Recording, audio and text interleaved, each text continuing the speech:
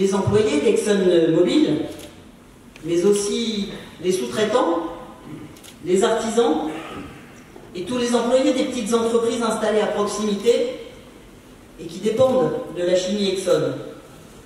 Au total, ce sont des milliers de personnes qui vont en souffrir. C'est tout un écosystème qui va être affecté. Je tiens à exprimer ma solidarité avec les salariés, les travailleurs et leurs familles exposés au plus grand mépris, et à les assurer de notre entière mobilisation à leur côté. Je tiens également à assurer les instances représentatives mobilisées contre la fermeture de tout notre soutien. Après la sidération, c'est l'incompréhension et peut-être aujourd'hui la colère. Mais une colère parce qu'on a un territoire intelligent, une colère mesurée, une colère constructive, une colère maligne. Je pense que c'est de notre devoir ici. Nous, nos devoirs, on les a remplis. Et aujourd'hui, ce qu'on veut dire ici, réunis, vous avez les élus, c'est de dire qu'il y a aussi des devoirs de l'autre côté qui devront être remplis et sur lesquels on attend des avancées massives et des déclarations fermes. J'ai entendu le jour de l'annonce des termes comme on fera ça proprement, en responsabilité. Ben, proprement en responsabilité, c'est prendre du temps. C'est trop tôt. C'est prendre du temps, et vous nous l'avez dit, puisqu'on a rencontré les organisations syndicales dès lundi, pour prendre le pouls, pour voir comment la stratégie pouvait être accompagnée par les élus du territoire. Vous nous avez dit c'est du temps. C'est de la négociation.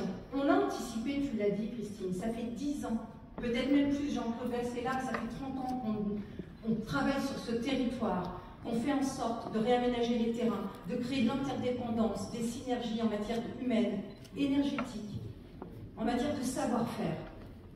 Et aujourd'hui, on nous annonce ça alors qu'on était à l'aune de réussir une transition douce, responsable, de décarbonation avec le savoir-faire que vous représentez. Un savoir-faire immense. Je le redis, je n'en reviens pas. On fasse une croix sur des hommes et des femmes qui ont donné leur énergie, leur vie à une entreprise et qui le donnent aussi à travers ça à leur territoire. Et aujourd'hui, parce qu'on décide de calculer la rentabilité par silo, on le ferme. Ça me met hors de moi. Parce qu'il y a un vrai avenir, normalement, pour la technologie que vous avez réussi à mettre en place. Je pense que ça, c'est des choses qu'on fera valoir auprès de l'État et qu'on va faire valoir aussi auprès de la direction. Et ça nécessite du temps. Ça nécessite de ne pas perdre votre savoir-faire et ça nécessite aussi beaucoup de courage. Mais aujourd'hui, ça arrive et aujourd'hui, on se doit d'être solidaire pour trouver les solutions, que ce site ne meure pas, que ce site soit en mesure d'offrir encore de l'emploi, la technologie, l'ambition vers la décarbonation. Et je vais faire une toute petite parenthèse sur un sujet qui me tient à cœur, pour lequel malheureusement, nous tous ici, nous avons très peu de pouvoir. Je pense que ceci ne serait jamais arrivé, ne serait jamais envisagé si on avait su interdire à nos frontières ce qu'on interdit ici sur notre sol, d'un point de vue environnemental, économique ou sociétal. C'est inadmissible qu'aujourd'hui, on n'ait pas trouvé des solutions simples. Et ce n'est pas forcément le gouvernement français. Je mets ça vraiment à un niveau européen. On n'a pas su s'entendre et le résultat, il est là, aujourd'hui, ici et maintenant. C'est quand même aberrant d'installer des usines de batteries dans le Nord ou des usines de semi-conducteurs et de renvoyer la fabrication du plastique des tableaux de bord à l'autre bout de la planète. On marche sur la tête quand même.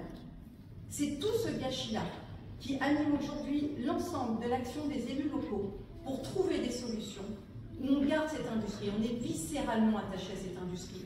On est viscéralement attaché à ExxonMobil.